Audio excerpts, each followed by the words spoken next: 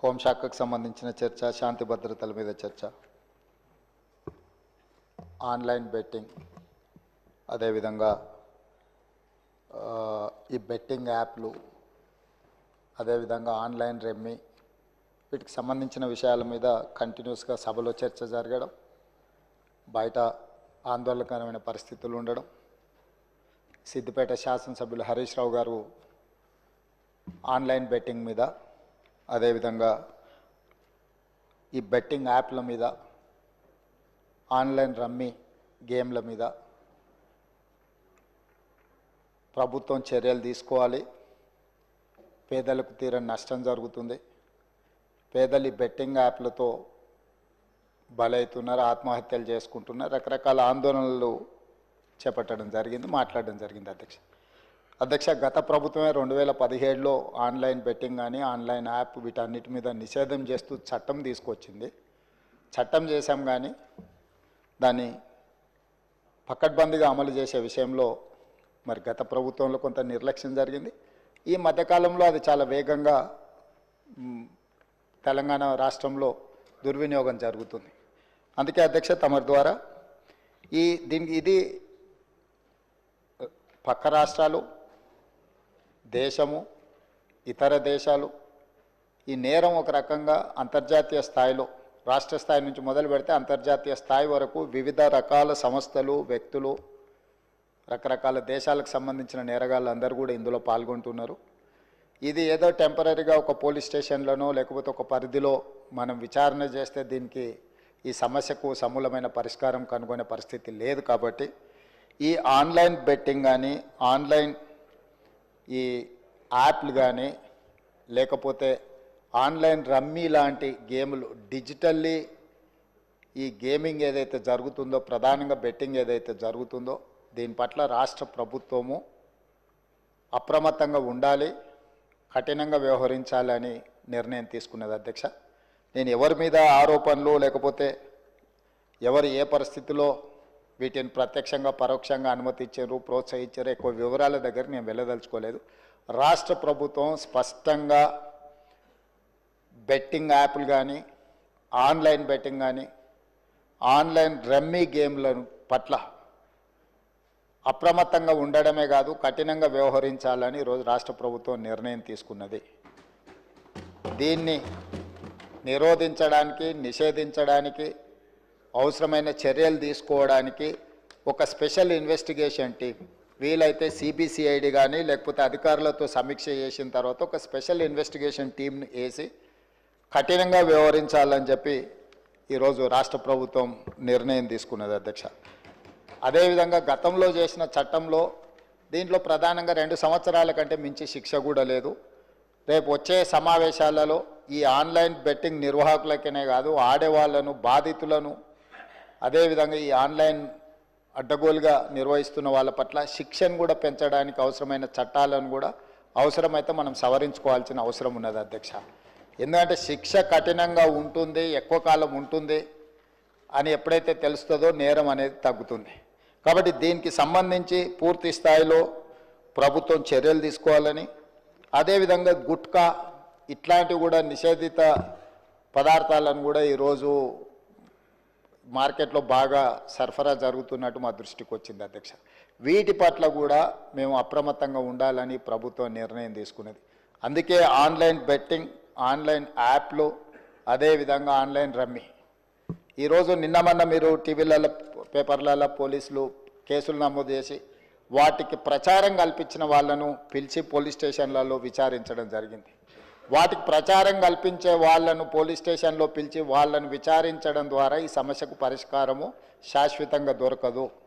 వీటిని నిర్వహించే వాళ్ళు, వీటిని ప్రమోట్ చేసేవాళ్ళు, చివరికి ఈ యాప్ల ద్వారా లబ్ధి పొందుతున్న వాళ్ళను, వీళ్ళందరినీ పూర్తి స్థాయిలో విచారించి కఠినమైన చర్యలు తీసుకున్నప్పుడే ఈ సమస్యకు పరిష్కారం దొరుకుతుంది. అధ్యక్ష, అందుకే దీన్ని పూర్తి స్థాయిలో విచారించాలంటే పక్క రాష్ట్రాలు, పక్క దేశాలలో కూడా విచారణ చేయాల్సిన పరిస్థితులు ఉంటాయి. అందుకే పూర్తి స్థాయిలో అన్ని అధికారాలు కట్టబెట్టే విధంగా ఒక స్పెషల్ ఇన్వెస్టిగేషన్ టీం ఏర్పాటు చేసి ఈ రాష్ట్ర ప్రభుత్వం వాళ్ళ మీద పూర్తి స్థాయిలో చర్యలు తీసుకోవాలని నిర్ణయం తీసుకున్నారు. తమ ద్వారా ఈ సభకు, సభ్యులందరికీ తెలంగాణ సమాజానికి ఒక స్పష్టమైన ప్రభుత్వ విధానాన్ని మేము పంపించదలుచుకున్నాము. ఎవరైనా ఇందులో ప్రత్యక్షంగా పరోక్షంగా ప్రోత్సహించిన, ప్రకటనలకు సహకరించిన, నిర్వహణలో భాగస్వాములైన ఎవరిని కూడా రాష్ట్ర ప్రభుత్వం వదిలిపెట్టదు. ఈ రాష్ట్రంలో ఖచ్చితంగా ఇలాంటి సైబర్ నేరాల పట్ల కఠినంగా మేము వ్యవహరించడం జరుగుతుంది. రాష్ట్ర ప్రభుత్వం అప్రమత్తంగా ఉంటుంది, ఇలాంటి నేరగాళ్ల పట్ల కఠినంగా వ్యవహరిస్తుంది. ఈ సభ ద్వారా సభ్యులందరికీ నేను ఈ ప్రకటన ద్వారా ఒకే మాట చెప్పదలుచుకున్నా, స్పెషల్ ఇన్వెస్టిగేషన్ టీంను ఏర్పాటు చేస్తున్నాము. తద్వారా అందరినీ కఠినంగా అణచివేయడమే కాకుండా చర్యలు తీసుకుంటామని తమ ద్వారా తెలియజేయదలుచుకున్నా అధ్యక్ష. అదేవిధంగా అధ్యక్ష, శాంతి భద్రతల మీద చాలాసార్లు మాట్లాడుతున్నారు, చాలా విషయాలు మాట్లాడుతున్నారు. నేను ఎక్కువ విషయాలు చెప్పదలుచుకోలేదు, కానీ గత ప్రభుత్వంలో కొన్ని దారుణమైన సంఘటనలు జరిగినప్పుడు తీసుకున్న చర్యలు, వాటి వివరాలు ఇవన్నీ కూడా ఈ సభలో చర్చిద్దామంటే మాకేం అభ్యంతరం లేదు అధ్యక్ష. ఎక్కడైనా చెదురుమదురు సంఘటనలు జరిగినా, అనుకోకుంటే ఎవరైనా నేరానికి పాల్పడ్డప్పుడు నేరం అనేది ఎవరు మనకు చెప్పి ముందస్తుగా సమాచారం ఇచ్చి పాల్గొన్నారు. నేరం జరిగిన ఎంబడే ప్రభుత్వాలు వ్యవహరించిన తీరు అత్యంత కీలకం, అత్యంత ప్రాధాన్యతతో కూడుకున్నది అధ్యక్ష. అందుకే మన రైల్లో జరిగిన సంఘటన పట్ల కానీ, అది రైల్వే పోలీసుల పరిధిలో ఉన్నా కూడా మేము తక్షణమే చర్యలు తీసుకోవడానికి అన్ని రకాలుగా పోలీసులను అప్రమత్తం చేసినాం. ఏ చిన్న సంఘటన జరిగినా రాష్ట్ర ప్రభుత్వం అప్రమత్తంగా ఉంటుంది.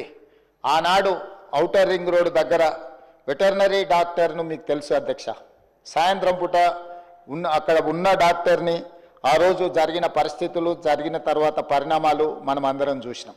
అదేవిధంగా అధ్యక్ష, న్యాయవాదులు వామన్ రావు గారు దంపతులు స్పష్టంగా కోర్టుకు వెళ్ళి మమ్మల్ని చంపుతారు, మమ్మల్ని చంపే ప్రక్రియలో ప్రభుత్వంలో ఉన్నవాళ్ళు, ప్రభుత్వానికి సంబంధించిన వాళ్ళే మమ్మల్ని చంపడానికి ప్రయత్నం చేస్తున్నారు, మాకు సెక్యూరిటీ ఇవ్వాలి అని చెప్పి హైకోర్టులో పిటిషన్ వేయడమే కాకుండా అక్కడ కోర్టులో కూడా వాదించి వస్తుంటే నడి బజార్లో నరికి చంపినారు అధ్యక్ష. నడి బజార్లో న్యాయవాదులను, హైకోర్టు న్యాయవాదులను నాడు నరికి చంపితే ఈనాటికి ఆ చంపిన వాళ్ళ మీద రకరకాలుగా ఆ రోజు కేసులో ఉన్న వాళ్ళని తప్పించి ఈరోజు సుప్రీంకోర్టులో రాష్ట్ర ప్రభుత్వం సిబిఐ విచారణకు వాళ్ళు కేసు వేస్తే ఈరోజు సిబిఐ విచారణ కోసం రాష్ట్ర ప్రభుత్వం మాకేం అభ్యంతరం లేదు, విచారణకు ఆదేశాలు ఇవ్వండి అని చెప్పే పరిస్థితి. న్యాయవాదులను చంపితే కూడా ఆనాడు ప్రభుత్వము ఏమాత్రం కూడా స్పందించలేదు.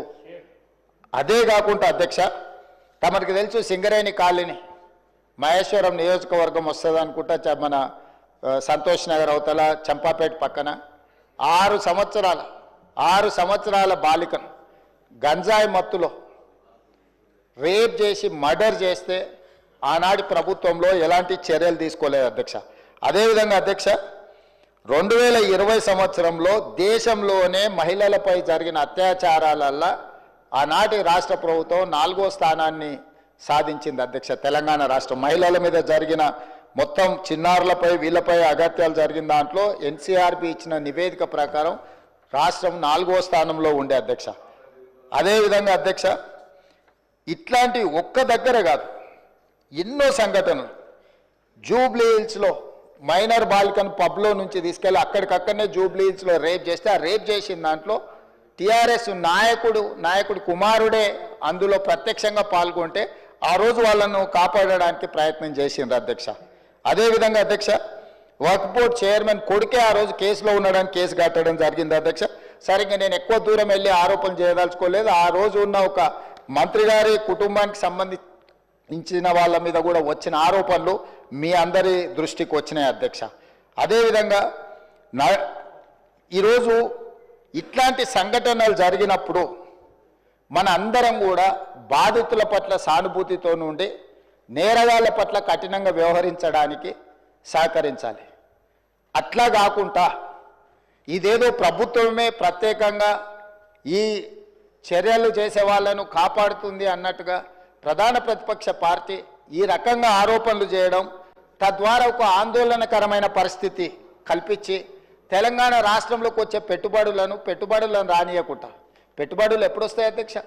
శాంతి భద్రతలు పెట్టుబడిదారులకు రక్షణ కల్పించినప్పుడే రాష్ట్రానికి పెట్టుబడులు వస్తాయి. ఈరోజు ఏ మంచి పని చేపడదామన్నా దానికి ఒక దురుద్దేశాన్ని ఆపాదించి ఆ దురుద్దేశం ద్వారా తెలంగాణ రాష్ట్రం మొత్తం కుప్పగూలిపోయింది, ఈ రాష్ట్రంలో శాంతి భద్రతలు లేవు, ఈ రాష్ట్రంలో మీరు పెట్టుబడులు పెట్టకండి, ఈ రాష్ట్రం దివాలా తీస్తేనే తప్ప మాకు సంతోషం కలగదు అన్నట్టుగా ఈరోజు మాట్లాడడం ఏమాత్రం సమంజసం కాదు అధ్యక్ష. ఈరోజు ఈ రాష్ట్రంలో శాంతి భద్రతలను ఆనాడు 2004 నుంచి 2014 వరకు ఏది ఎట్లున్నా హైదరాబాద్ నగరంలో ప్రధానంగా శాంతి భద్రతల విషయంలో ప్రభుత్వం ఏమాత్రం ఆనాడు రాజీ పడకుండా మేము చేసిన ప్రయత్నాలు తెలంగాణ రాష్ట్ర అభివృద్ధికి ఎందుకో అనుకూలించినాయి. లక్షలాది కోట్ల రూపాయల వేలాది కోట్ల రూపాయల పెట్టుబడులు వచ్చి లక్షలాది ఉద్యోగ ఉపాధి అవకాశాలు హైదరాబాద్ నగరంలో తెలంగాణ రాష్ట్రంలో ఎందుకు వచ్చినాయి అధ్యక్ష? ఆనాటి ప్రభుత్వాలు తీసుకున్న నిర్ణయాలు, నేరగాళ్ల పట్ల వ్యవహరించిన తీరు, కఠినంగా వాళ్ళని అణచివేయడంతో ఈ రాష్ట్రానికి పెట్టుబడులు వచ్చినాయి, సంస్థలన్నీ వచ్చినాయి అధ్యక్ష. ఈరోజు సైబరాబాద్ ప్రాంతం కానీ, హైటెక్ సిటీ ప్రాంతం కానీ, ఔటర్ రింగ్ రోడ్ ప్రాంతం కానీ, అంతర్జాతీయ ఎయిర్పోర్ట్ ప్రాంతం కానీ, గచ్చిబౌలి కానీ, ఇలా చెప్పుకుంటూ వెళ్తే రాయదుర్గం కానీ ఇవన్నీ ఎప్పుడు విస్తరించినాయి అధ్యక్ష? ఎప్పుడు అభివృద్ధి చెందినాయి? హైదరాబాదు నగరంలో ఒకనాడు ఉమ్మడి రాష్ట్రంలో లేకపోతే అంతకంటే ముందు మత కల్లోలాలు ఉంటే కూడా అందరినీ కూడదీసుకొని అందరినీ కలుపుకొని వాటిని అణిచివేసిన తర్వాత ఈ రాష్ట్రం అంటే శాంతి భద్రతలకు ఒక వేదిక అని తయారు చేసిన తర్వాతనే మనకు పెట్టుబడులు వచ్చినాయి అధ్యక్ష. విస్తరణలో భాగంగా మెట్రో కానీ, రోడ్లు కానీ, ఫ్లైఓవర్లు కానీ, కృష్ణానది జలాలు కానీ, గోదావరి జలాలు కానీ, ఇట్లా ప్రతిదీ హైదరాబాదు నగరం యొక్క మౌలిక వసతులను పెంచడమే కాకుండా శాంతి భద్రతలను కాపాడడంతో మన రాష్ట్రానికి పెట్టుబడులు వచ్చినాయి అధ్యక్ష. ఈరోజు ఒక మంచి ఉద్దేశంతో చేపట్టిన చర్యలను కూడా మీ స్వార్థం కోసం ఈ ప్రభుత్వం విఫలం చెందింది అని చిత్రీకరించాలన్న ఆలోచనతోని ప్రభుత్వం మీద, కాంగ్రెస్ పార్టీ మీద చేసే దాడిలో భాగంగా తెలంగాణ అభివృద్ధి మీద కూడా మీరు యాసిడ్ దాడులు చేసే పరిస్థితులు వచ్చినాయి అధ్యక్ష. తెలంగాణ కుప్పగూలాలన్న ఒక ఆలోచనతోని కుట్రపూరితంగా అన్ని రకాల వేదికల మీద తప్పుడు ప్రచారం చేయడం వల్ల ఈరోజు తెలంగాణ ప్రతిష్టను మసకబార్చే ప్రయత్నం చేస్తున్నారు అధ్యక్ష. దయచేసి తమరి ద్వారా నేను చేస్తున్న విజ్ఞప్తి ఒకటే, ఇట్లాంటి కుట్రలు చేయకండి. ఈ కుట్రలు తెలంగాణ రాష్ట్రానికి ప్రయోజనం కాదు. రేపు భవిష్యత్తులో మీరు అధికారంలోకి రావాలన్న ఆలోచన చేస్తున్నామని మీరు పదే పదే చెప్తారు. చాలా దగ్గరలో వచ్చేసారి మేమే అధికారంలోకి వస్తామంటారు. మరి వచ్చేసారి మీరు అధికారంలోకి రావాలంటే రాష్ట్రం దివాలా తీసి రాష్ట్రం మొత్తం తగలబడిపోయి రాష్ట్రానికి పెట్టుబడులు రాకుండా వచ్చిన పెట్టుబడులు ఇతర రాష్ట్రాలకు తరలిపోయి ఇది జరిగితే ఈ రాష్ట్రానికి ఏమైనా ప్రయోజనం చేకూరుస్తుందా? ఎందుకు విజ్ఞతతోని 10 సంవత్సరాలు ప్రభుత్వం నడిపారు. గతంలో కూడా 20 ఏళ్ళలో 30 ఏళ్ళలో మేము ప్రభుత్వంలో పనిచేసినాం, తెలంగాణ కోసం ఉద్యమాలు చేసినామని ఎవరైతే నాయకులు చెప్పుకుంటున్నారో మీకు సోషల్ రెస్పాన్సిబిలిటీ లేదా? Only political responsibility, only power మాంగర్స్గా మీరు మారి అధికారం మాకు ఉండాలి, అధికారం పోతే ఒక క్షణం కూడా మేము భరించలేము, అధికారం లేకుంటే ఒక క్షణం కూడా మేము ఉండలేము అన్న విపరీతమైన పోకడలు ఏ రకంగా తెలంగాణ సమాజానికి మేలు చేస్తాయి అధ్యక్ష? ఈరోజు తెలంగాణ రాష్ట్రాన్ని ప్రపంచ చిత్రపటం మీద పెట్టాలి అని మేము చేస్తున్న ప్రయత్నాలను మేము నిరంతరం పెట్టుబడులను ఆకర్షించే ఉద్యోగ ఉపాధి అవకాశాలు పెంచాలని ఏదైతే ప్రయత్నం చేస్తున్నామో, శాంతి భద్రతలను కాపాడాలని మేము నిర్విరామంగా చేస్తున్న కృషి, మేము వచ్చిన తర్వాత అది గణేష్ నిమజ్జనం కావచ్చు, లేకపోతే మొహరం కావచ్చు, బక్రీద్ కావచ్చు, అన్ని మతాలకు సంబంధించిన పండుగలలో ఎక్కడైనా చిన్న చెదురుమదురు సంఘటన కూడా ఏదైనా జరిగిందా అధ్యక్ష? ఈ 15 నెలలలో ఎక్కడైనా శాంతి భద్రతల విషయంలో ఎక్కడైనా మేము రాజీపడ్డామా అధ్యక్ష? ఈరోజు ఈ రాష్ట్రాన్ని దేశానికే ఒక ఆదర్శ రాష్ట్రంగా తీర్చిదిద్ది అత్యధికంగా విదేశీ పెట్టుబడులను తీసుకొచ్చి ఈరోజు ఇన్ఫ్లేషన్ విషయంలో, ధరల నియంత్రణలో దేశంలో నెంబర్ 1 అధ్యక్ష. 1.3 ఇన్ఫ్లేషన్ ఉన్న రాష్ట్రము భారతదేశంలో ఏదైనా ఉందా అంటే తెలంగాణ. ధరలను నియంత్రించడంలో, ఉద్యోగ ఉపాధి అవకాశాలు కల్పించిన దాంట్లో, నిరుద్యోగ సమస్యను తగ్గించిన దాంట్లో, స్టేట్ ఓన్డ్ ట్యాక్స్ కలెక్షన్లో, ప్రతి దాంట్లో దేశంలో నెంబర్ 1 తెలంగాణ రాష్ట్రం నిలబడ్డది అధ్యక్ష. దేశంలోనే ఇతర రాష్ట్రాలలో రాష్ట్ర సొంత పన్నుల వసూళ్లలో తెలంగాణ రాష్ట్రం 88% పన్నులను వసూలు చేసి దేశంలోనే నెంబర్ 1 రాష్ట్రంగా తెలంగాణ రాష్ట్రం నిలబడ్డది. మహారాష్ట్ర నెంబర్ 2, మిగతా రాష్ట్రాలు అట్లుంటే ప్రధానమంత్రిగా ప్రాతినిధ్యం వహించే గుజరాత్ 6-7 స్థానానికి పోయింది అధ్యక్ష. ఇవన్నీ కూడా మా సహచర మంత్రులు అధికారులు అందరు కష్టపడి చేస్తున్న ప్రయత్నాన్ని మీరు అభినందించండి. అప్పుడే అంత ఆత్రము, అంత తాపత్రయము, అంత అసహనం ఎందుకని నేను అడుగుతున్నా. కడుపు నిండా విషం పెట్టుకొని ఎందుకు ఈ మాటలు?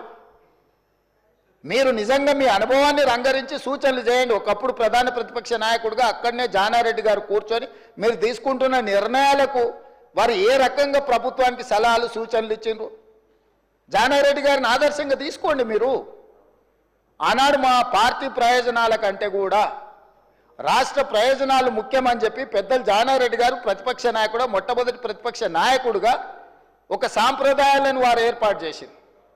ఆ సాంప్రదాయాలను ప్రతిపక్ష నాయకుడిగా బట్టి విక్రమార్క గారు కొనసాగించారు. మీరు కక్షగట్టి ప్రతిపక్ష హోదా తీసినా, మీరు మైకు ఇచ్చినా ఇవ్వకపోయినా, మీరు ఇచ్చిన కొద్ది సమయంలో కూడా వారు ప్రతిపక్ష నాయకుడిగా మీకు ఎన్నో రకాలుగా సూచనలు ఇచ్చే ప్రయత్నం చేసిండ్రు. ప్రభుత్వం తీసుకుంటున్న నిర్ణయాలలో ఉన్న లోపాలను ఎత్తి చూపడమే కాకుండా మీకు సహేతుకమైన సలహాలు సూచనలు ఇచ్చే ప్రయత్నం ఆనాడు ప్రతిపక్ష నాయకులుగా బట్టి విక్రమార్క గారు, జానారెడ్డి గారు చేశారు. ఈరోజు కూడా మీ నుంచి మేము ఆశిస్తున్నాం. మీరు ఎంత చేసినా, ఎగరెగిరి దంచినా, ఎగరకుంట దంచినా మీకు వచ్చే కూలి అంతనే. ఎన్నికలు అనేటి 2029లో వస్తాయి అధ్యక్ష. వాళ్ళ తాపత్రయపడ్డంత మాత్రాన, వాళ్ళు ఆవేదన చెందినంత మాత్రాన, వాళ్ళు హడావిడి పట్టినంత మాత్రాన ఒక సంవత్సరం రావు అధ్యక్ష ఎలక్షన్లు. అప్పుడే ఒక ఆయన అంటాడు వచ్చేసినాయి, బై ఎలక్షన్స్ వచ్చేసినాయి, వచ్చే నెలలే అని టికెట్లు వంచుతాడు ఒక ఆయన. ఆయన టికెట్లు వంచాను కదా నేను వంచాలని ఇంకొక ఆయన వంచుతాడు. వాళ్ళ పోటీతోని మా సాగుకు వస్తున్నారు అధ్యక్ష. వాళ్ళ అంతర్గతంగా ఏమని ఉంటే ఉండని వాళ్ళు ఇట్లా తేల్చుకొని మాకేం అభ్యంతరం లేదు.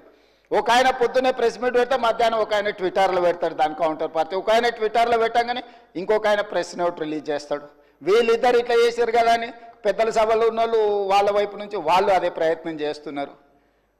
వాళ్ళ పోటీ రాష్ట్ర ప్రభుత్వానికి తలకాయ నొప్పిగా మారిపోయింది అధ్యక్ష ఈరోజు. అందుకే నేను ఒకటే విజ్ఞప్తి చేస్తున్నా అధ్యక్ష, ఎన్నికలు మహేశ్వర్ రెడ్డి గారి పార్టీ జమిలీ ఎన్నికలు అంటారు, అవన్నీ కలిపి తీసుకొస్తామంటారు. ఇవన్నీ ఓవేళ అంతా కలిసి వస్తే 2028లో రావాల్సిన ఎలక్షన్లు అవి 2029కి పోయేటట్టు ఉన్నాయి అధ్యక్ష. సో ఉన్న అసెంబ్లీ కూడా ఇంకో 6 నెలలు ఎక్స్ట్రాగా ఉండే పరిస్థితులు జాతీయ స్థాయిలో మనకు కనిపిస్తున్నాయి అధ్యక్ష. సో ఈ 4 ఏళ్ళు మనము రాష్ట్రాన్ని మంచిగా అభివృద్ధి చేసుకుందాము. మీరు నా దగ్గరకు వచ్చిన వాళ్ళలో అప్పుడప్పుడు టీవీలలో పేపర్లలో ఎవరు వచ్చి కలిసినా కూడా ఇటు అటు అని నేను ఎవరికైనా నేను సభానాయకుడిగా ముఖ్యమంత్రిగా ప్రతి ఎమ్మెల్యేకి నేను అందుబాటులో ఉంటా. అది సిద్దిపేట శాసనసభ్యులు హరీష్ రావు గారు వచ్చినా, లేకపోతే పల్లా రాజేశ్వరరెడ్డి గారు వచ్చినా, లేకపోతే వెంకట రమణారెడ్డి గారు వచ్చినా, నేను రాజకీయాలు చూడను అధ్యక్ష. ముఖ్యమంత్రిగా నా దగ్గరికి తీసుకొచ్చిన సమస్యల్ని వీలైనంత మేరకు వాటిని పరిష్కరించాలన్న మా బట్టి గారు సూచన చేశారు. గజ్వేల్ శాసనసభ్యులు వచ్చినా కూడా, ప్రతిపక్ష నాయకుడు వచ్చినా కూడా ఆ నియోజకవర్గానికి సంబంధించిన సమస్యలు కూడా పరిష్కరించాలంటారు. శాసనసభ నియోజకవర్గాలకు ప్రాతినిధ్యం వహించే ఎమ్మెల్యేలను నేను ఖచ్చితంగా ప్రజలు ఎన్నుకున్న ప్రతినిధులుగా వాళ్ళని గౌరవించే బాధ్యత నాది అధ్యక్ష. Just they can come as walk in, just ఇట్లా నడుచుకుంటూ వచ్చి ముఖ్యమంత్రికి ఏదైనా రిప్రజెంటేషన్ ఇవ్వచ్చు. దానికి అనవసరమైన రాజకీయాలు ఆపాదించాల్సిన అవసరం లేదు అధ్యక్ష. మీరు డెఫినెట్గా ఇస్తాము. ఇచ్చినప్పుడు ఇన్ఛార్జ్ మినిస్టర్ ఉంటాడు, మీకు ఇన్ఛార్జ్ మినిస్టర్లు నిర్ణయాలు చేస్తారు. ఈరోజు ఇందిరమ్మ ఇళ్ళలో ఇందిరమ్మ కమిటీలు ఉన్నాయి, అన్నీ ఉన్నాయి. డెఫినెట్గా ఇస్తాము. మీరు ఇచ్చిన కాగితాలు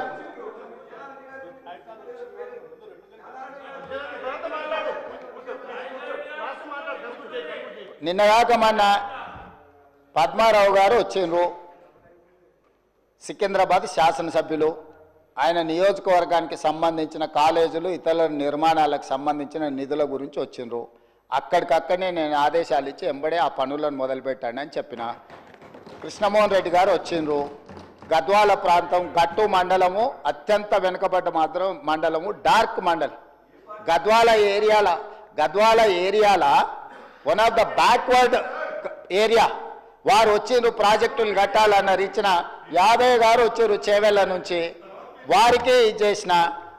మిత్రుడు ప్రభాకర్ రెడ్డి గారు కుటుంబంలో శుభకార్యం ఉంది రావాలని వెడ్డింగ్ కార్డు ఇచ్చిండు. నేను ఎవరినైనా వెళ్ళాను, కలిశాను, ఆశీర్వదించి వచ్చిన. మంచిని మంచి అంటాము, చెడును చెడు అంటాము. మా మైండ్లలో చెడు లేదు. మీరు మైండ్ లేదని ఉన్నా దాన్ని తగ్గించుకోండి. 10 సంవత్సరాల అనుభవం తర్వాత ప్రజలు ఇచ్చిన తీర్పు మనకు కొంత కనువిప్పు కలిగించాలి. అది కాకుండా మనం ఎంతసేపు ఉన్నా ఎదురుగున్నోళ్ళని బద్నాం చేయడం ద్వారా మనం మంచోళ్ళం అవుదామని అనుకుంటే కుదరదు అధ్యక్ష. ప్రజలు విఘ్నులు. మమ్మల్ని బద్నాం చేసినంత మాత్రాన మీరు మంచోళ్ళు కాలేరు. మీరు మంచుకుంటే మంచోళ్ళు అవుతారు. మా మీద బురద చల్లి మాకంటే వాళ్ళ దగ్గర ఎక్కువ బురదుంది చూడండి అని మీ మీద ఉన్న బురద కంటే మా మీద ఎక్కువ చల్దామని, లేకపోతే మా డిప్యూటీ సీఎం గారినో ఇంకొకరినో బద్నాం చేయడం ద్వారా మీరు మంచోళ్ళు అవుదామని మీరు ముసుగు దొరుకుని మీరు ప్రవర్తించడం వల్ల మీకు ఏమీ ప్రయోజనం ఉండదు. అందుకే ఈరోజు రాష్ట్ర ప్రభుత్వం రాకేష్ రెడ్డి లేనట్టున్నాడు. ఆయన young India integrated residential school గురించి నాకు ఇవ్వాలి, నేను ప్రతిపక్ష ఎమ్మెల్యేను కదా అంటే 100% ఇస్తా అని చెప్పిన పెట్టినం లిస్టులో నాకు తెలిసి. సో అధ్యక్ష, మేము వివక్ష చూపించము. వివక్ష మా విధానం కాదు. వివక్షతోని రాష్ట్రాన్ని నడపలేము. వివక్ష వల్ల రాష్ట్రం అభివృద్ధి చెందదు. వీలైనంత మేరకు రాష్ట్ర అభివృద్ధి కోసం అందరి సహకారం తీసుకొని ఈ ప్రభుత్వం ముందుకు వెళ్ళాలనుకుంటుంది.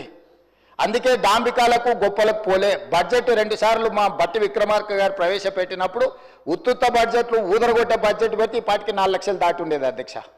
ఉత్తుత్త బడ్జెట్లు ఊదరగొట్టే బడ్జెట్లు పెట్టదలుచుకోలేదు. చేసేదే చెప్తాం, చెప్పిందే చేస్తామనే విధానంతో బడ్జెట్ నియంత్రించడం ద్వారా రాబోయే 2 బడ్జెట్లలో యాక్యురేట్ 100%. ఈరోజు నేను బట్టి విక్రమార్క గారి తరఫున వారు ప్రవేశపెట్టిన బడ్జెట్ నాకు అంచనా వేసిన తర్వాత నాకున్న సుదీర్ఘకాలం ప్రతిపక్షంలో పనిచేసిన అనుభవము, 15 నెలలు ముఖ్యమంత్రిగా చేసిన అనుభవంలో 95% వారు ఈరోజు ప్రవేశపెట్టిన బడ్జెట్ నిజం కాబోతుంది. Minimum 95%. Whereas 2014 to 2023 go through all 10 budgets. మొదటి సంవత్సరం 40% వ్యత్యాసం ఉంది. ఏ రోజు కూడా 25% కంటే తక్కువ వ్యత్యాసం లేని బడ్జెట్ని గత ప్రభుత్వాలు పెట్టలేదు అధ్యక్ష. కాగితాలకే పరిమితమైన కేటాయింపులు, కాగితాల మీదనే కేటాయింపులతోని శాఖలు నిర్వహించాలని, వెల్ఫేర్ నిర్వహించాలని, ఇట్లా రకరకాల అబద్ధాలతోని ప్రైవేట్ కంపెనీలు బ్యాంకులలో లోన్ తెచ్చుకోవడానికి ఎన్ని రకాలుగా బ్యాలెన్స్ షీట్లను ఫ్రాడ్ చేస్తారో రాష్ట్ర ప్రభుత్వం అన్ని రకాలుగా బడ్జెట్ను ఫ్రాడులెంట్ బడ్జెట్స్ ప్రవేశపెడితే CAG time and again they have given findings. ఇంత ఫ్రాడులెంట్ ఇవే మేము చూడలేదని క్యాగ్ నివేదికలు ఇచ్చినాక కూడా వాళ్ళ ఆలోచన మారతలేదు. వాళ్ళ ఆ ఆలోచన మారిపోయింది. ప్రజలు వాళ్ళని మార్చిండ్రు. మాకు ఒక అవకాశం ఇచ్చిండ్రు. మాకు అవకాశం ఇచ్చినప్పుడు కనీసం కొంత పని చేయడానికి సహకరించి కొంతకాలం చూసిన తర్వాత వాస్తవాల ప్రాతిపదికన ఏదైనా మాట్లాడితే బాగుంటుంది అధ్యక్ష. అంతే తప్ప ఈరోజు ఏడ భూసేకరణ చేయడానికి పోయినా అంతెందుకు అధ్యక్ష, నిన్నమన్నా నేను చూస్తున్నా గచ్చిబౌలిలో భూమి మీరు ఏం చేయొద్దని. అధ్యక్ష, దాదాపుగా 25 సంవత్సరాలు అనుకుంటా, 25 సంవత్సరాల క్రితం బిల్లిరావు అనే వ్యక్తికి, ఒక ప్రైవేట్ వ్యక్తికి, ప్రైవేట్ సంస్థకు ఆ భూమి కేటాయించారు.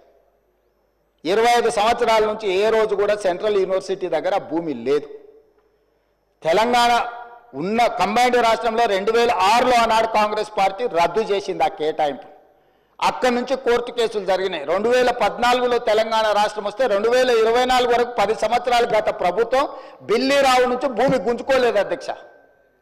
నేను వచ్చిన వెంబడే సుప్రీంకోర్టు వరకు వెళ్ళి కొట్లాడి ఒక ప్రైవేట్కు ఐఎంజీ భారత్ అని ఒక ఫేక్ కంపెనీకి కేటాయించిందని ఆరోపణలు ఎదుర్కొంటున్న భూమిని సుప్రీంకోర్టులో కూడా కేసు గెలిచి ఆ భూమిని వెనక్కి తీసుకొని ఆ భూమిని ఈరోజు మనం అభివృద్ధిలో భాగంగా టీజీఐఐసి కేటాయించి అక్కడ ఐటీ కంపెనీలు ఇతర పరిశ్రమలు రావడానికి అవసరమైన లేఅవుట్ చేయండి అని చెప్పి ఈరోజు ఒక అభివృద్ధి కోసము ఒక కాంక్రీట్ ప్రపోజల్తో ముందుకు వస్తే ఈరోజు అక్కడ ఏదో రిజర్వ్ ఫారెస్ట్ ఉన్నట్టు, రిజర్వ్ ఫారెస్ట్లో అత్యంత ఏమంటారు జీవరాశులు ఉన్నట్టు, జింకలు, పులులు, సింహాలన్నీ ఆనే ఉన్నాయి అన్నట్టు, జింకలు, పులులు, సింహాలు లేవు అధ్యక్ష. ఆ చుట్టుముట్టుతో కొన్ని గుంటనక్కలు చేరి ఇట్లా వ్యవహరిస్తున్నాయి అధ్యక్ష. గుంటనక్కలకు గుణపాఠం చెప్తాం అధ్యక్ష. అది 100% developed area.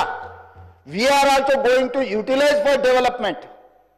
We are not utilizing or otherwise మేము ఎవరికో అర్ధరాత్రి పూట ఎవరికో కట్టబెట్టే ప్రయత్నం చేయలేదు అధ్యక్ష.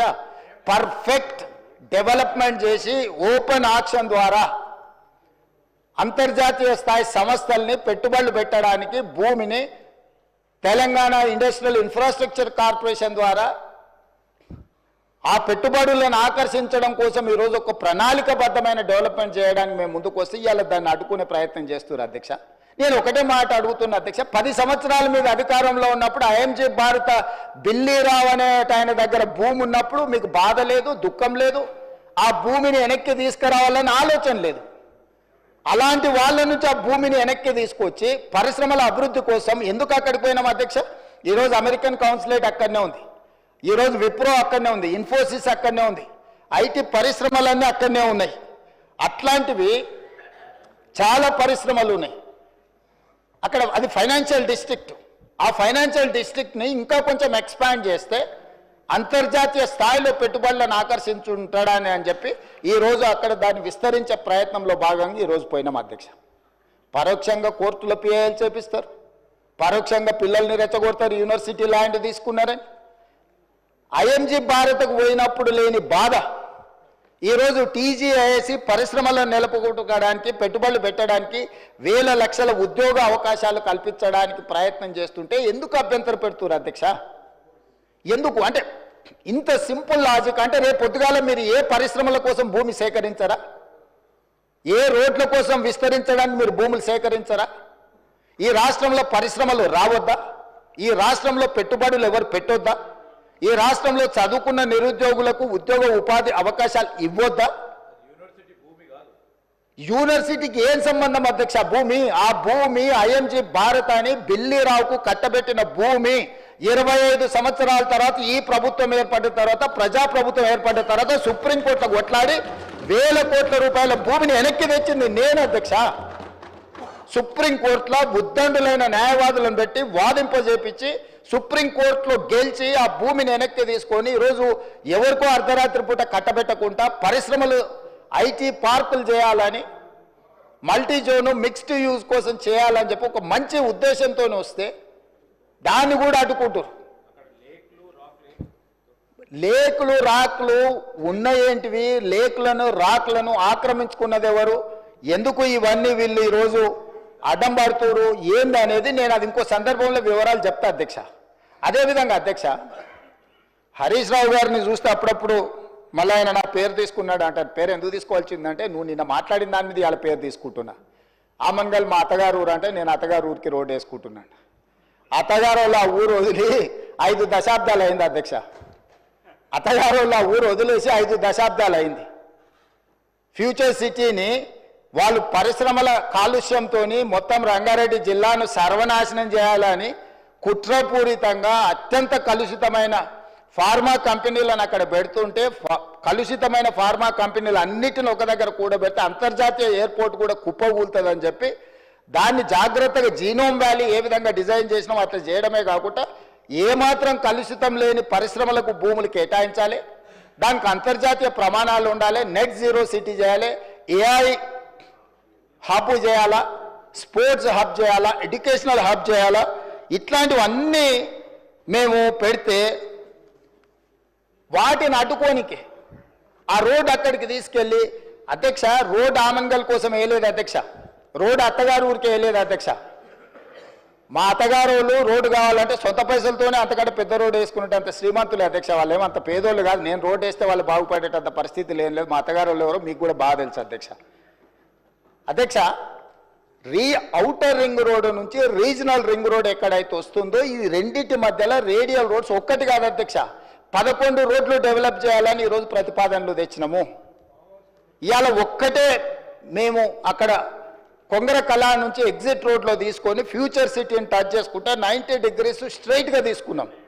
నేను స్ట్రైట్గా హరీష్ రావు గారిని నేను అడుగుతున్నా సూటిగా, ఇంకొక ఆయనకైతే సరే ఆయనకు నేను మాట్లాడేది అర్థమైతే అర్థం కాదో నాకు తెలియదు కానీ వారు ఇక్కడనే ఉన్నారు కాబట్టి వారిని అడుగుతున్నా. ఈరోజు అభివృద్ధి వద్దా? రీజనల్ రింగ్ రోడ్డు నిర్మించాలన్నా వద్దా? రేడియల్ రోడ్స్ వేయాలన్నా వద్దా? ఫ్యూచర్ సిటీ కట్టాలన్నా వద్దా? మూసి రిజర్వేషన్ ప్రాజెక్టు, మూసి పునరుద్ధరణ ప్రాజెక్టును చేపట్టాలన్నా వద్దా? పరిశ్రమల కోసం భూములు సేకరించి పరిశ్రమలకు కేటాయించి తద్వారా పెట్టుబడులను ఆకర్షించి తద్వారా రాష్ట్రాన్ని అభివృద్ధి చేయాలా వద్దా?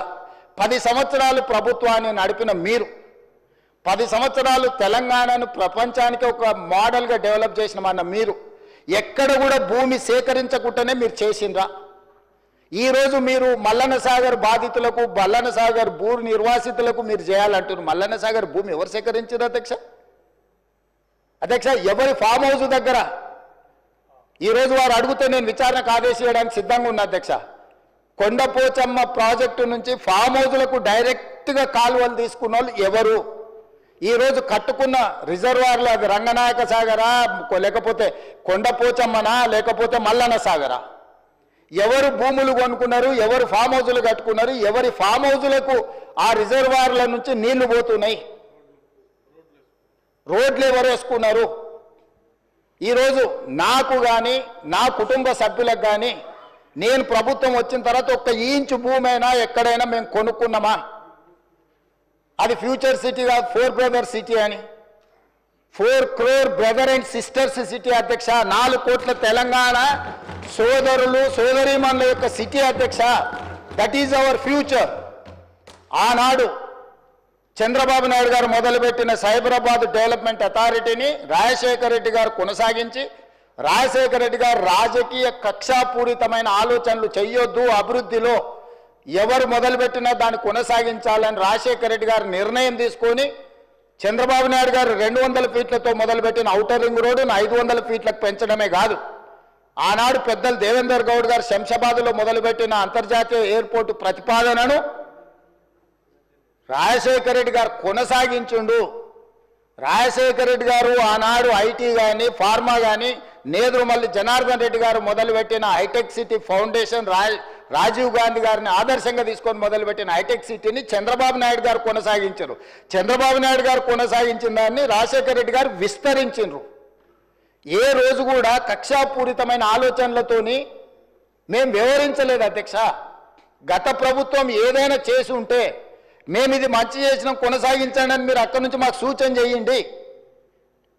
నేను ముఖ్యమంత్రి అయినప్పుడు ఇదే సభలో చెప్పిన అభివృద్ధి విషయంలో మాకు భిన్న అభిప్రాయాలు లేవు. గత ప్రభుత్వం ఏదైనా మంచి చేసి ఉంటే ఆ మంచిని కొనసాగిస్తామని ఇక్కడి నుంచే నేను స్పష్టంగా చెప్పిన. మీ సుదీర్ఘమైన అనుభవాన్ని ఉపయోగించి రాష్ట్ర ప్రభుత్వానికి సూచన చేయండి. ప్రతిదీ అడ్డుకునే ఆలోచన, ప్రతిదీ ఎట్లా చెడగొట్టాలనే ఒక కుట్ర, ఇది ఏ రకంగా మంచిది? ఈరోజు కామారెడ్డి దగ్గర ఒక రాకెట్ ధృవన అంటే ఇస్రో గవర్నమెంట్ ఆఫ్ ఇండియాలో ఇస్రోలో జరిగే రీసెర్చ్ ప్రైవేట్లో ఈరోజు చేస్తాం. కామారెడ్డి దగ్గర మాకు ల్యాండ్ కావాలని అంటే ఒక దేశానికి సంబంధించి ప్రపంచంతోనే పోటీ పడే రాకెట్ సైన్స్ తయారు చేసే వాళ్ళకి మేము కామారెడ్డిలో ఉన్న ఎమ్మెల్యే ఎవరు అధ్యక్ష? ప్రతిపక్షానికి సంబంధించిన ఎమ్మెల్యే. అంత మంచి సంస్థను అక్కడికి పంపించాలని ఎందుకు అనుకుంటున్నాం అధ్యక్ష? మాకేముంటుంది అధ్యక్ష? తెలంగాణ మొత్తం మాదే అధ్యక్ష.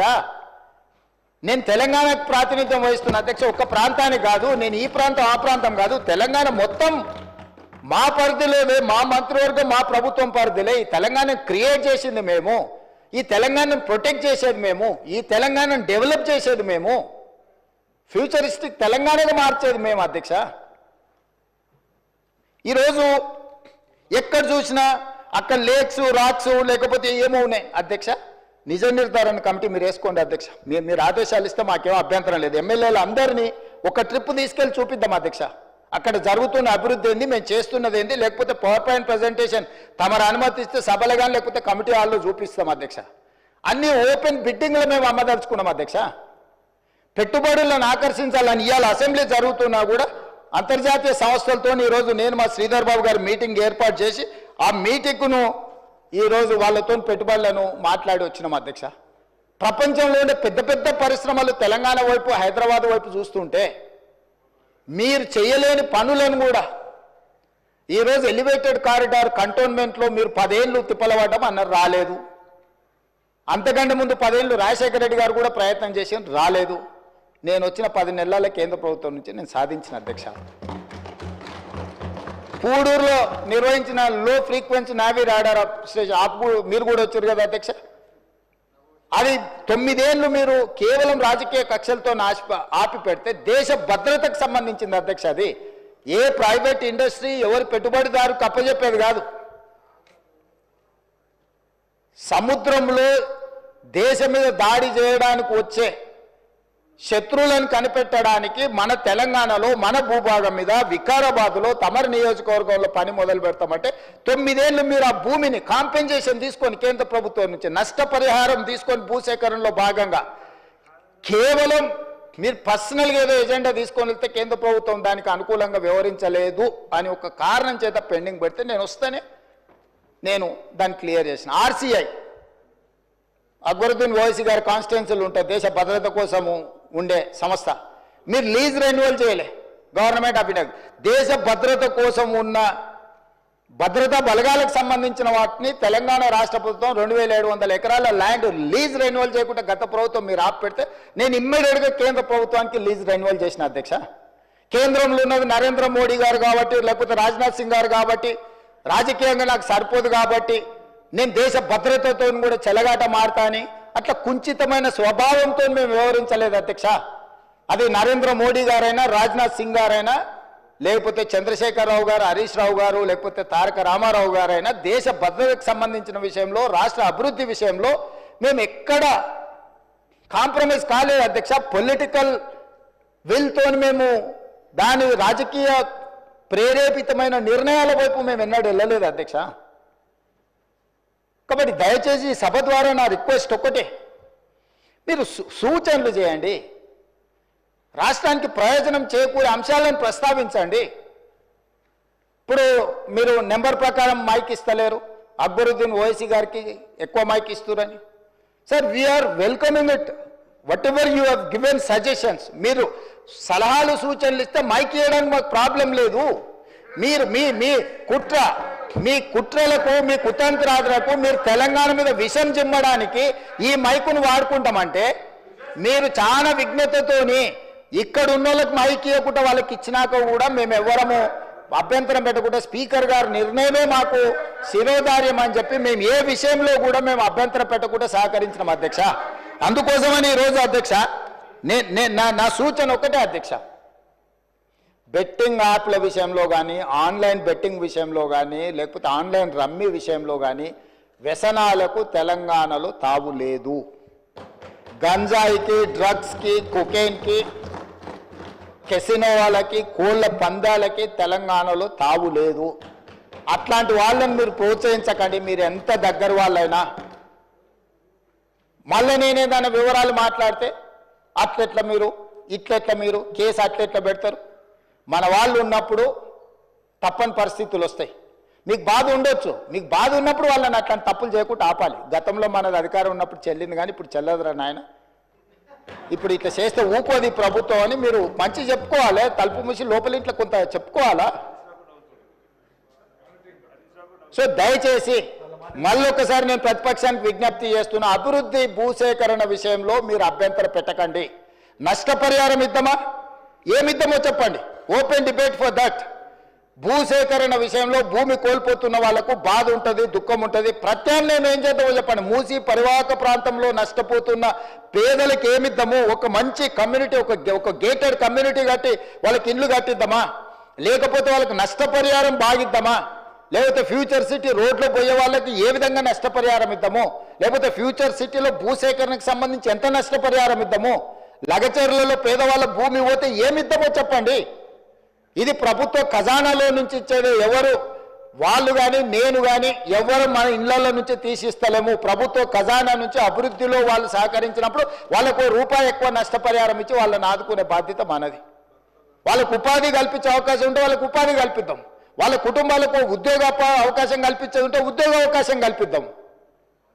కానీ భూసేకరణనే మేము అడ్డుకుంటాము, మేము ముందుకే పోనీయము. వేసిన ఆయన మీ దాంట్లోనే తీసుకోరు, కరెక్ట్, మంచి క్వశ్చన్ అడిగాడు. మల్లన సాగర్లో కేసులు వేసిన ఆయన వాళ్ళ దాంట్లోనే తేలేడు, పాలమూరు రంగారెడ్డిలో కేసు వేసిన ఆయన వాళ్ళ దాంట్లోనే తేలేడు. వీరం హర్షవర్ధన్ రెడ్డి కేసు వేసిండు అధ్యక్ష పాలమూరు రంగారెడ్డిలో, ఎంబడే అక్కడనే పక్కన కూర్చున్నాడు అధ్యక్ష. సభ్యుడు ఇక్కడ లేడు కానీ కేసులు వేసిన వాళ్ళని మొత్తం లిస్టు తీద్దాం. కేసులు వేపించింది వాళ్ళే, కేసులు వేపించింది వాళ్ళే, కేసులు వేపించింది వాళ్ళే, చేర్చుకునేది వాళ్ళే. రాష్ట్ర అభివృద్ధిని అడ్డుకునేవాడు కేసులు వేసి అడ్డుకున్న వాళ్ళను మీరు ఎట్లా కండువ కప్పారు అధ్యక్ష? ఎట్లా పార్టీలో చేర్చుకున్నారు? పార్టీలో చేర్చుకున్నారు. బీఫామ్ ఎట్లా ఇచ్చిండ్రు అధ్యక్ష? మళ్ళీ ఎలక్షన్లో ఎట్లా ఇచ్చిండ్రు అధ్యక్ష? అంటే ఇప్పుడు ఎట్లా మాట్లాడతారంటే 2014 నుంచి ఒకే చట్టం ఉంది కదా అధ్యక్ష. స్పీకర్ పదవి ఉంది, విప్పు పదవి ఉంది, ప్రతిపక్షమే ఉంది. ఆనాడు ఎమ్మెల్యేలు మారితే మీరు మంత్రులు చేశారు, కనీసం మేము అట్లా కూడా చేయలేదు. మారలేదట వాళ్ళు, మేము మారనే లేదు, ముఖ్యమంత్రిని అభివృద్ధిలో కలిసి వచ్చినామంటారు. మీరు మంత్రులు చేసిన వాళ్ళు డిస్క్వాలిఫై కాలేదు, ఉప ఎన్నికలు రాలేదు. బాజాబ్తో గవర్నర్ దగ్గర పోయి మంత్రులే చేసి 5 ఏళ్ళు మంత్రి, 10 ఏళ్ళు, ఒక ఆయన 8.5 ఏళ్ళు, మా అక్క 4.5 ఏళ్ళు మంత్రి చేసింది. ఎన్నడూ ఉప ఎన్నికలు రాలే. కానీ ఇప్పుడు ఉప ఎన్నికలు వస్తాయి, వచ్చే వారమే ఉప ఎన్నికలు అంటారు అధ్యక్ష. ఎట్లా వస్తాయి అధ్యక్ష? చట్టం మారలే, న్యాయం మారలే, స్పీకర్ ఆఫీసు సేమే ఉంది, పాలకపక్షం ప్రతిపక్షం అట్లనే ఉంది, రాజ్యాంగం అసలే మారలేదు. ఇంకెట్లొస్తాయి అధ్యక్ష ఉప ఎన్నికలు? నాకు అర్థం కాలేదు. ఏ రాజ్యాంగం ప్రకారం వస్తాయి అధ్యక్ష? డాక్టర్ బాబాసాహెబ్ అంబేద్కర్ గారు రచించిన రాజ్యాంగం ప్రకారము గత అనుభవాల దృష్ట్యా ఎప్పుడు కూడా పార్లమెంట్ ప్రాక్టీసెస్ అండ్ ప్రొసీజర్స్ అని ఉంటాయి అధ్యక్ష. చట్టంలో గ్రే ఏరియా ఉన్నప్పుడు గతంలో ఎలాంటి విధి విధానాలను ఆచరించారు, సాంప్రదాయాలు ఎట్లున్నాయని చూస్తారు అధ్యక్ష. 2014 నుంచి 2019, 2019 నుంచి 2023 వరకు ఏ సాంప్రదాయాలను సభ ఆచరించిందో అచ్చం గదే సాంప్రదాయాలను మనం ఆచరిస్తాం అధ్యక్ష. అంతే కదా అధ్యక్ష? తమరైనా నేనైనా సేమ్ సాంప్రదాయాలనే ఆచరిస్తాం కదా అధ్యక్ష. సో అందుకోసమని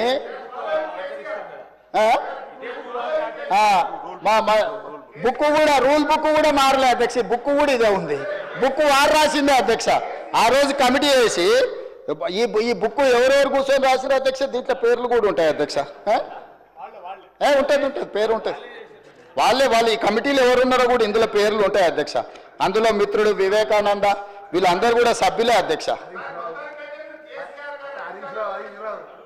మేమేం అడుగుతాడో నడుస్తలేము. ఆయన అడుగుల్లో నడుస్తాం, మడుగులో పడతాం. ఆయన అడుగులో నడుస్తామంటే మడుగులో పడతాం, సడుగులు ఇరుగుతాయి అధ్యక్ష. అట్లాంటి వాటి చేయం అధ్యక్ష. సాంప్రదాయాలను పాటిస్తామని అంటున్నాం అధ్యక్ష. ఈ సభ కొన్ని సాంప్రదాయాల ప్రాతిపదికన సభ నడుస్తుంది అధ్యక్ష. నేనున్న సభ్యులందరికీ, ఇక్కడున్న మిత్రులకు, సభ్యులకు, ఆశించుటలకు ఒక ఆయన అయితే ఆల్రెడీ నేను అభ్యర్థి ఆయన ప్రచారం తిరుగుతుండు. పాపం ఆయన అమాయకుడు. ఉన్న మంత్రి పదవి ఊడవిక్కిరు, పంచగట్టుకుర్రు. ఆయన నానాడు మా ముందరే నువ్వు పంచగట్టుకొని తిరుగుతావని ఓ ఉప ముఖ్యమంత్రినే తీసేసిర్రు. ఎందుకంటే కొంచెం మంచిగా డ్రెస్ అయితే కూడా వాళ్ళకి నచ్చక ఆ రోజు నేను చెప్పిన రోజు ఆయనకు, ఆ రోజు నాకు మంచి మిత్రుడే అప్పట్లో, అరే నువ్వు ఇంత మంచిగా కడక్ తయారై ఇట్లా చేసి నువ్వు సభలోకి వస్తే ఉద్యోగం ఊడుతుందన్న సరిగ్గా నెల తిరిగేటప్పటికి ఉద్యోగం ఊడిపోయింది అధ్యక్ష. ఇప్పుడు ఆయననే అమాయకుడే ఈ పాపము. వచ్చే వారమే ఎలక్షన్ అని తిరుగుతున్నాడు అధ్యక్ష. నేను తమరి ద్వారా ఎవరైతే ఉన్నారో సభ్యులు ఎవరు ఆందోళన చెందాల్సిన పని లేదు.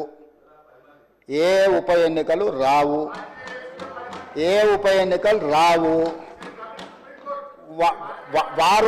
వారి ఉప ఎన్నికలు వారు కోరుకున్నా రావు. ఎందుకంటే ఒకవేళ వారు ఇటొచ్చినా అటొచ్చినా ఎటొచ్చినా ఏ ఉప ఎన్నికలు రావు. అక్కడ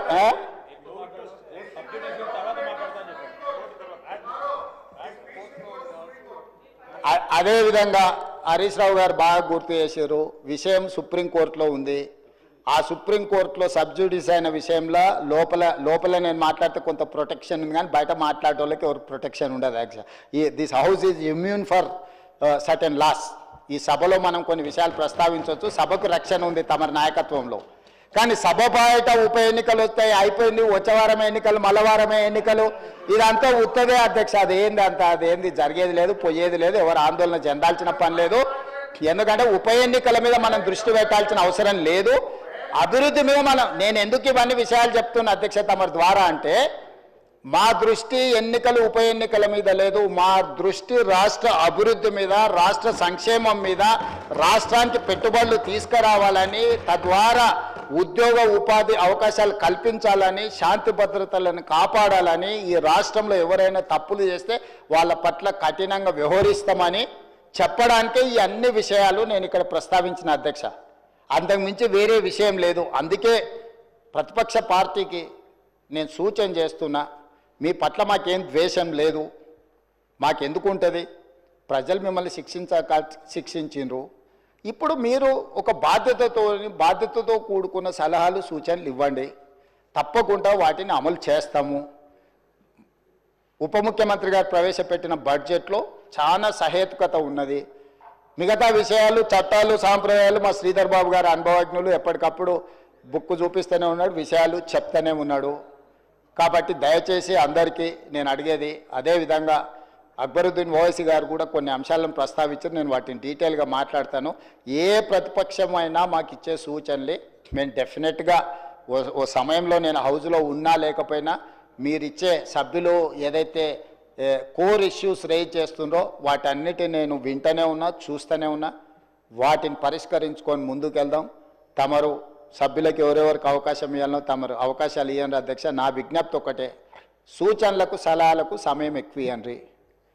రాజకీయ దాడి చేస్తాం, ఎదురు దాడి చేస్తాం, క్షణికావేశంలో యాసిడ్ దాడులు నేను చూస్తుంటాం కదా అధ్యక్ష. అట్లాంటి యాసిడ్ దాడు లాంటి ఆలోచనలతో ఇక్కడ మాటలు మాట్లాడితే అది రాష్ట్రానికి నష్టం జరుగుతుంది. రాష్ట్రానికి నష్టం కలిగించే మాటలు ఎవరు అక్కడి నుంచి మాట్లాడినా, ఇక్కడి నుంచి మాట్లాడినా, ఎక్కడి నుంచి మాట్లాడినా వాటిని నియంత్రించండి అధ్యక్ష. ధన్యవాదాలు అధ్యక్ష.